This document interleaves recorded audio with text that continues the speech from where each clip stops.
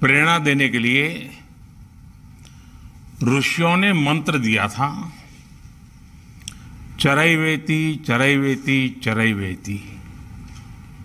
एक पत्रकार के लिए तो ये मंत्र नए विचारों की खोज और समाज के सामने कुछ नया लाने की लगन, यही उनकी सहज साधना होती है।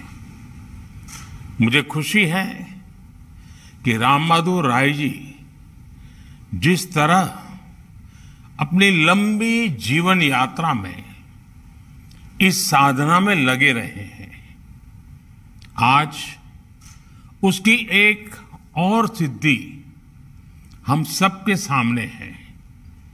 मैं आशा करता हूं कि भारतीय संविधान अनकही कहानी, आपकी ये पुस्तक अपने शीर्षक को चरितार्थ करेगी और देश के सामने संविधान को और भी व्यापक रूप में प्रस्तुत करेगी। मैं इस अभिनव प्रयास के लिए राम बहादुर राय जी को और इसके प्रकाशन से जुड़े सभी लोगों को हार्दिक बधाई देता हूं। साथियों, आप सभी देश के बौद्धिक वर्ग का प्रतिनिधित्व करने वाले लोग हैं। स्वाभाविक है कि आपने इस पुस्तक के लोकार्पण के लिए समय और दिन भी खास चुना है। ये समय देश की आजादी के अमृत महोत्सव का है।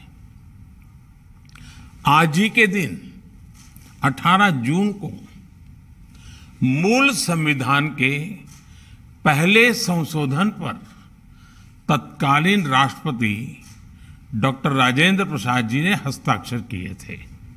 यानी आज का दिन हमारे संविधान की लोकतांत्रिक गतिशीलता का पहला दिन था और इसी दिन आज हम संविधान को एक विशेष दृष्टि से देखने वाली इस किताब का लोकार्पण कर रहे हैं।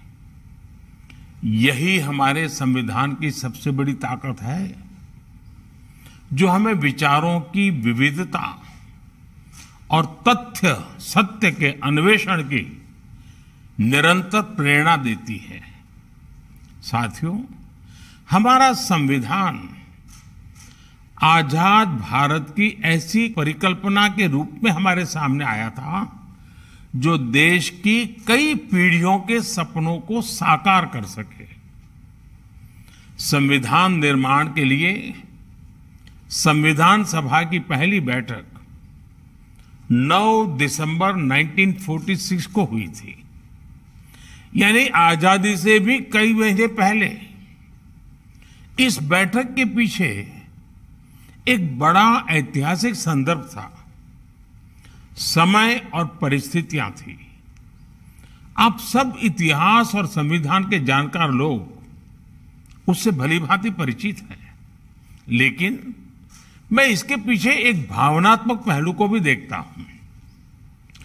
अनिश्चितताओं में से भरा हुआ वो कालखंड, कई चुनौतियों से जूझ रहा हमारा स्वतंत्रता आंदोलन, लेकिन फिर भी हमारे देश का आत्मविश्वास कितना अडिग रहा होगा कि उसे अपनी आजादी, अपने स्वराज को लेकर पूरा भरोसा था, स्वयं पर भरोसा था।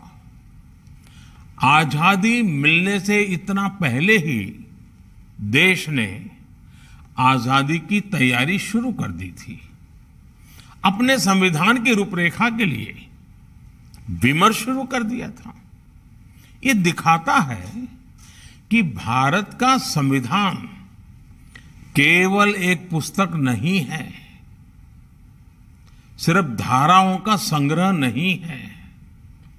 ये एक विचार है, एक निष्ठा है, स्वतंत्रता का एक विश्वास है।